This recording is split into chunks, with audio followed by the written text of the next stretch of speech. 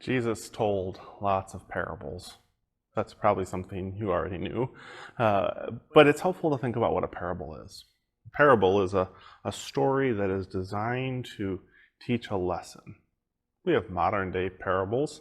Think about the tortoise and the hare, designed to teach us a lesson. The challenge with parables is, how are they supposed to be taken? As literal fact? Are the people supposed to be symbolic of something, like an allegory would be? Sometimes it's left to the reader or the hearer to determine that. So let's take a look at just one verse of one parable that Jesus tells in Matthew's Gospel, chapter 25. His master replied, "Excellent.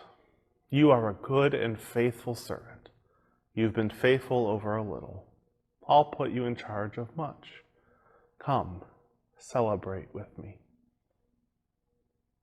This portion of a longer parable is about a man who entrusts his wealth to those who serve him. And when he's gone, some of those who are entrusted with a portion of his wealth hide it. They do nothing of value with it. Some do a little bit with it. And at least one goes the extra mile and really invests the wealth in a way that brings more about. This idea that you've been faithful over a little, and now you're capable of being faithful over with that much more, is something that we can understand in our world. Those who do well in their job tend to be promoted. Those who do poorly in their job tend not to be promoted. That's not a hard and fast rule, but it typically is the way it works. But what happens here at the end? The master says to his servant, "I'll put you in charge of much. Come, celebrate with me." We're not surprised by the result, but we might be a little bit surprised by the master's exuberance, his desire to celebrate. Why is he celebrating? Well, when we look at the whole parable as a literal story, he's celebrating, of course, because his wealth has created more wealth.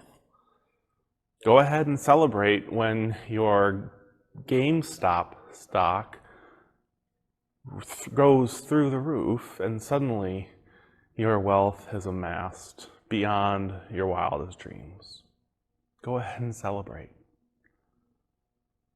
But what if this isn't a literal story that we're supposed to take literally? What if this isn't a lesson on how to invest? What if it's rather a lesson, a parable about stewardship, to care for that with which God entrusts us? God celebrates when we are good stewards.